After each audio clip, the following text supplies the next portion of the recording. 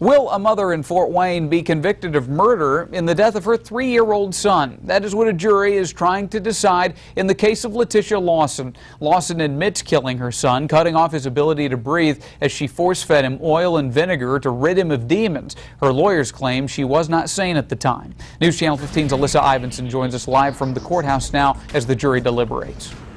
Well, the jury has been deliberating for a little more than an hour now. Letitia Lawson faces 6 different charges. 1 is murder, there's 2 battery charges, and 3 neglect of a dependent charges. And the jury has to make a verdict for each of those 6 charges. And for each charge, they have 4 choices. There's not guilty, guilty, not responsible by reason of insanity, and guilty but mentally ill.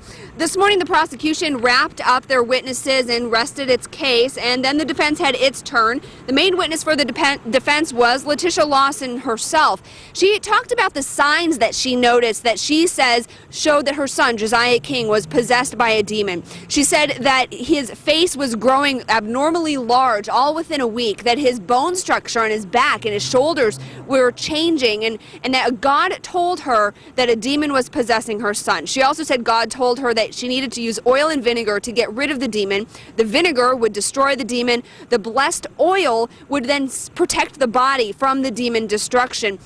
The blessed oil that she used was, she said on the stand, was just regular cooking oil that she poured into a container and then prayed over herself, and that made it blessed oil. After Josiah King had died and she force-fed the oil and vinegar, they kept the body in their apartment, she and her roommate, Natasha Hawkins, for several months, and her lawyers say that no sane person would have done that.